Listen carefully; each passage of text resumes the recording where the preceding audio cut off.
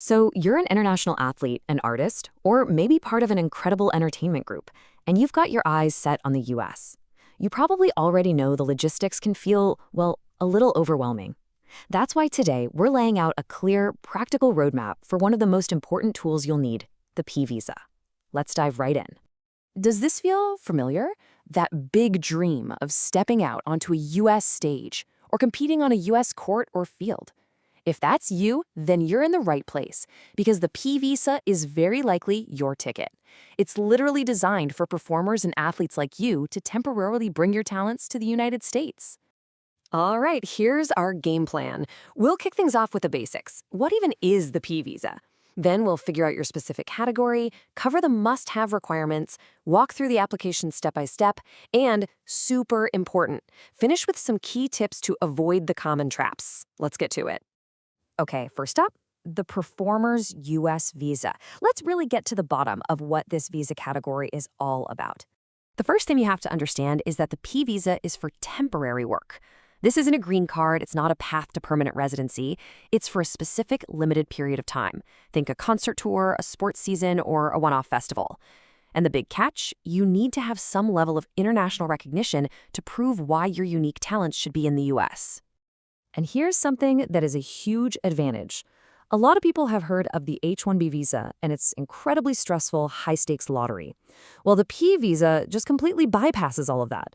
There's no annual limit, there's no lottery. It's simple. If you qualify and your petition gets approved, you get the visa.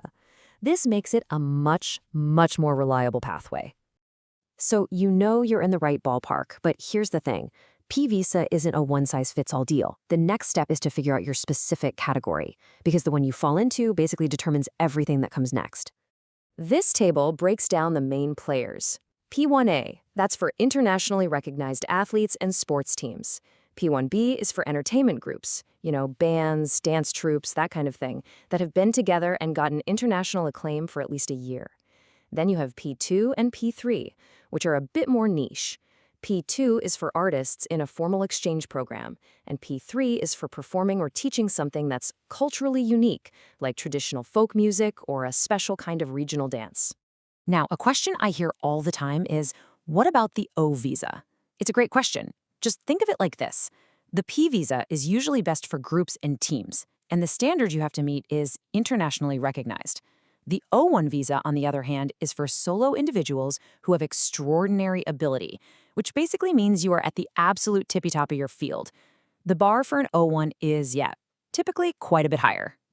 Okay, so you've picked out your category. Now for the really crucial part, proving your case. What does U.S. immigration actually need to see from you? First, and this is critical, you can't apply for this visa on your own. You need a U.S. petitioner. That could be an employer, an agent, a venue, to file on your behalf. You also have to show that you plan to leave after your events are done. You'll need a super detailed itinerary, contracts, and for most people, you'll need what's called an advisory opinion from a relevant U.S. labor union, which helps immigration officials verify your credentials. This quote, which comes straight from the P1B requirements, really captures the whole vibe. Internationally outstanding for a sustained and substantial period. See, it's not just about being good, it's about proving it with cold, hard evidence. USCIS is looking for things like major awards, glowing international reviews, proof of high ticket sales. You've got to build a really compelling case that you meet this high standard. All right, let's get into the nitty-gritty. We're going to use 2026 as our example year to map out exactly how this application process works, step by step. You can really break the whole thing down into 4 main stages. First, you and your petitioner get all that evidence we just talked about together.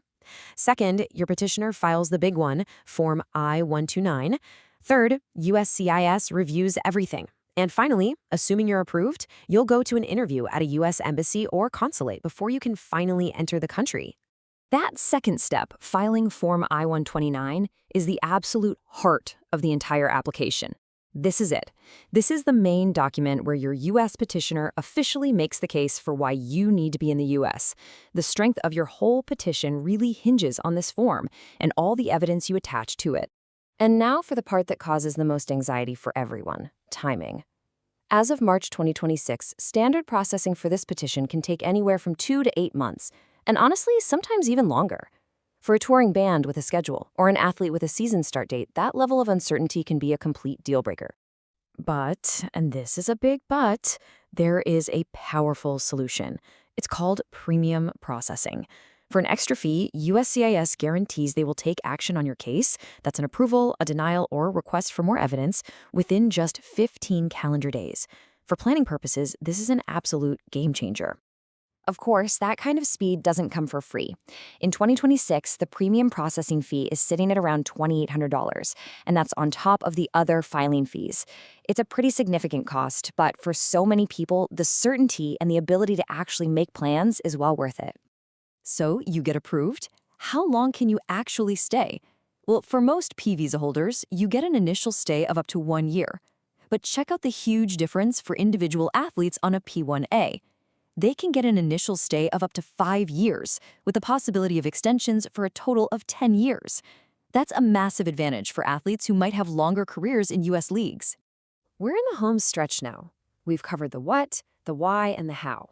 Now let's talk about some real-world, practical tips that can seriously be the difference between getting that approval stamp or a denial notice.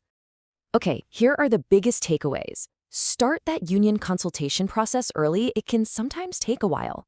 Your itinerary needs to be ridiculously specific. Dates, venues, the whole shebang. If you've got a complex tour, using an agent as your petitioner is often the smartest move. And be realistic about the budget, because these fees definitely add up.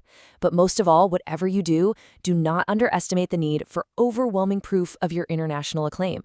And if there's one single thing I want you to remember, it's this. Vague plans lead to denials, period. An itinerary that just says, U.S. tour in the fall of 2026, that's basically a recipe for rejection. USCIS needs to see a concrete, detailed, day-by-day plan. In this process, believe me, specificity is everything. And that brings us to the end of our roadmap. We've walked through the what, the why, and the how of the P visa. So the last question isn't for me, it's for you. Now that you have the map, is your evidence strong enough to tell your story? Thanks so much for joining me.